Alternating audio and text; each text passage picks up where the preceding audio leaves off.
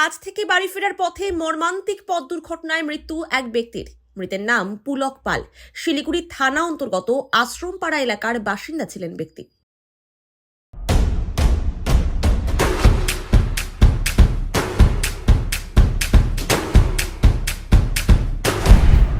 Stay tuned. জানা গিয়েছে, ভক্তিনগর থানা অন্তর্গত এলাকায় একটি মার্বেল কোম্পানিতে ম্যানেজার হিসেবে কাজ করতেন পুলক পাল। প্রতিদিনের মতো গতকাল সন্ধে নাগাদ ডিউটি শেষ করে বাইকে করে বাড়ি ফিরছিলেন। সেই সময় দুর্ঘটনার কবলে পড়েন তিনি। গোটা ঘটনা ধরা পড়েছে সিসিটিভি ক্যামেরায়, যেখানে দেখা যায় শালুগাড়া এলাকায় নিয়ন্ত্রণ হারিয়ে বাইক থেকে পড়ে যান পুলক পাল।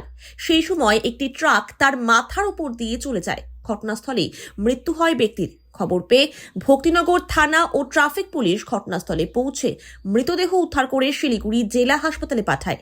পুলক পালের মৃত্যুতে শোকের ছায়া পরিবারে। গোটা ঘটনার তদন্তে ভক্তিনগর থানার পুলিশ। পুলক পাল 50+ একটা প্রাইভেট ফার্মে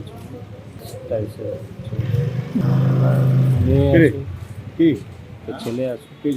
আরে বাইকটা বহুত বাড়াবাড়ি করতে পারছে না।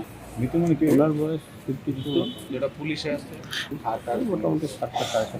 কি কমপ্লেন করছে রোডেই যাচ্ছিল, সাইড গাড়ি ধরতে পারিনি।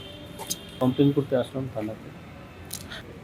ওরা বললো আমরা আপনাদেরকে যত সম্ভব সহযোগিতা করবো।